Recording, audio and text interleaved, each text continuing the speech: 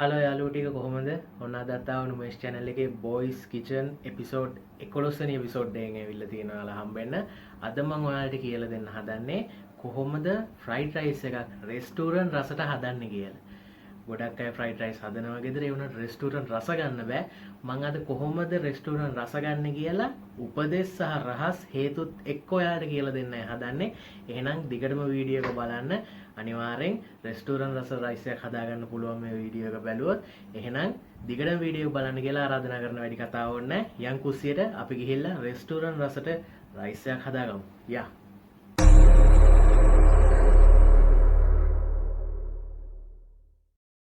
මේ තියෙන්නේ fried rice එකට ඕන කලමන. මුලින්ම සම්බහරි බාස්මති හරි බත්. මේ තියෙන්නේ කැරට්. මේ තියෙන්නේ ලීක්ස්. මේ පොතුත් එක්ක තලාගත්ත සුදු ලුණු. බිත්තර තව සුප් කැටයක් ඕන වෙනවා. මේ තියෙන්නේ ලුණු. සෝයා සෝස්, පොල් තෙල්, ඒ වගේම සීනි ස්වල්පයක් ඕන වෙනවා. දැන් අපි බලමු රයිස් එක කොහොමද රෙස්ටෝරන්ට් රසට හදාගන්නේ කියලා. මුලින්ම භාජනයේට පොල් තෙල් දාලා හොඳින් පොල් තෙල් රත් කරගන්න.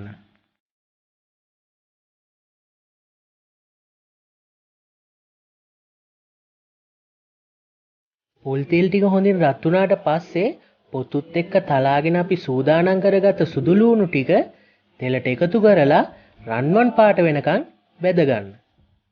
සුදු ලූණු මෙහෙම පොතුත් එක්ක තෙලේ බැද්දම අපේ ෆ්‍රයිඩ් රයිස් එක සුවඳවත් වෙනවා. ඒක නිසා තමයි සුදු ලූණු පොතුත් එක්ක ගන්නෙ.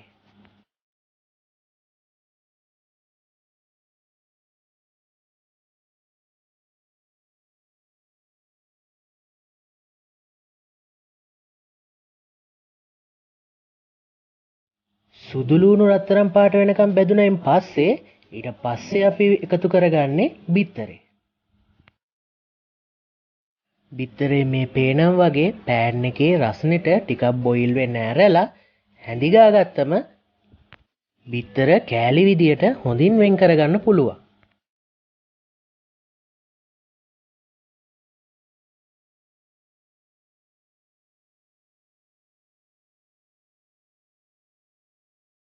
ඊට පස්සේ අපි එකතු කරගන්නේ කැරට්.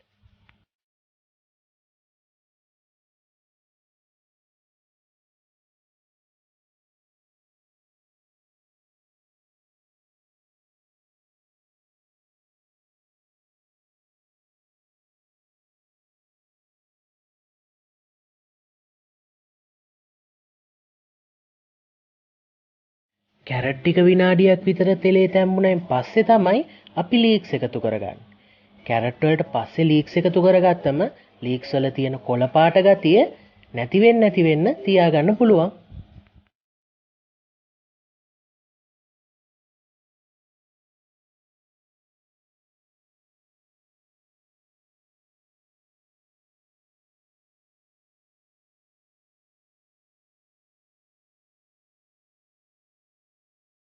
කැරට් ලීස් එකතු කරගත්තයින් පස්සේ අපි රයිස් එකට ලුණු එකතු කරගන්න ඕන. ලුණු නම් ඔයාලගේ රස අවශ්‍ය ප්‍රමාණයට දාගන්න.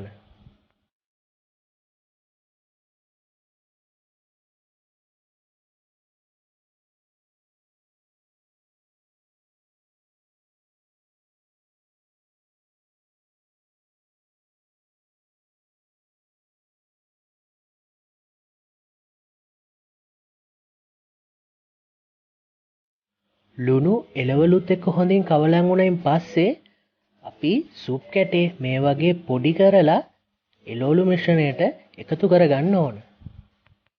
සුප් කැටයක් එකතු කර ගැනීම අපේ ෆ්‍රයිඩ් රයිස් එක රසවත් කරගන්න ගොඩක් උදව් වෙනවා.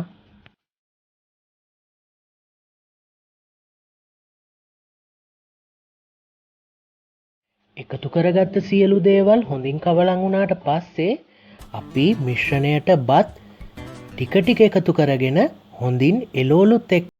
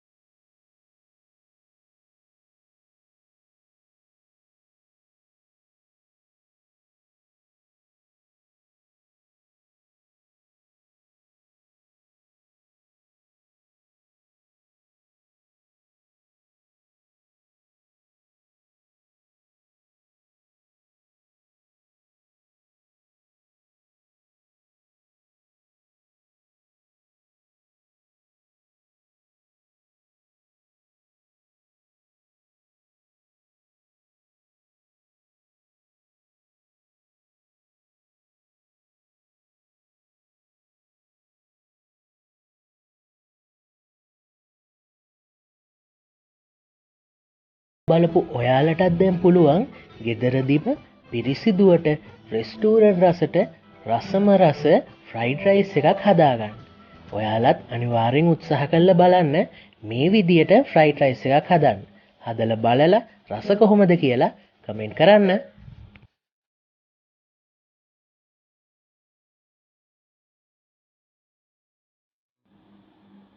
හරි යාළුවෝ ටික දැක්ක අද වැඩේ. අද හැදුවේ ෆ්‍රයිඩ් රයිස් එකක්. කඩේ රසට ඒ කියන්නේ රෙස්ටුරන්ට් රසට කොහොමද ෆ්‍රයිඩ් රයිස් එක හදන්නේ කියලා තමයි අද කියලා දුන්නේ. එහෙනම් උපදෙස් සහ රහස් ටික හේතුත් ඇතුව ඔන්න කියලා දුන්න ඔයාලට. ඔයාලට පුළුවන් ගෙදරදී try කරලා බලන්න කොහොමද රසගුණ කියලා කමෙන්ට් කරන්න. අද හැදුවේ මං බිත්තර ෆ්‍රයිඩ් රයිස් එක. කවුරු හරි බිත්තර කන්න නැති කවුරු හරි ඉන්නවා නම් ඔයාලට පුළුවන් ඒ බිත්තර ඇඩ් කරන ස්ටෙප් එක විතරක් අයින් කරලා ඉතුරු ස්ටෙප් ටිකට ෆ්‍රයිඩ් රයිස් එක හදන්න. එහෙම නැතුව මීට් කන අයට පුළුවන් එළවලු මික්ස්චර් එකට අපි බත් එකතු කරගන්න කලින් ස්ටෙප් එකක් විදියට මීට් එකතු කරගෙන ඔයාලට කැමති මීට් එකක් එකතු කරගන්න පුළුවන්. චිකන්, බීෆ්, පෝක් ඕන එකක් එකතු කරගන්න පුළුවන්. ඒ බත් එකතු කරගන්න ස්ටෙප් එකට කලින් ස්ටෙප් එක විදියට මීට් එකතු කරගෙන ඉතුරු ටික හැමම ස්ටෙප් විදියට කරගෙන ගිහිල්ලා රයිස් ෆ්‍රයිඩ් රයිස් එක හදාගන්න පුළුවන්. ඉතින් මම ආරාධනා කරනවා වීඩියෝ එක බලන්න කියලා. වීඩියෝ එකට කැමති නම් ලයික් කරන්න, කමෙන්ට් කරන්න, වීඩියෝ එක ෂෙයා කරන්න. ඒක තමයි වටින්නේම. අද වීඩියෝ එකට කැමති නම් වීඩියෝ එක හොඳයි නම් මගේ channel එකට subscribe කරන්න. එහෙනම් උත්සාහන දේ වීඩියෝයි අයිත් නුමේෂ් channel එකේ boys kitchen 12 වෙනි episode එකත් එක්ක ඉක්මනටම හමු වෙමු. එතකන් බුදුසරණයි සැපෙන් සනීපෙන් හැමෝම ඉන්න ඕන. එහෙනම් ඉක්මනට එන්න. ගිහිල්ලා එන්න. බුදුසරණයි.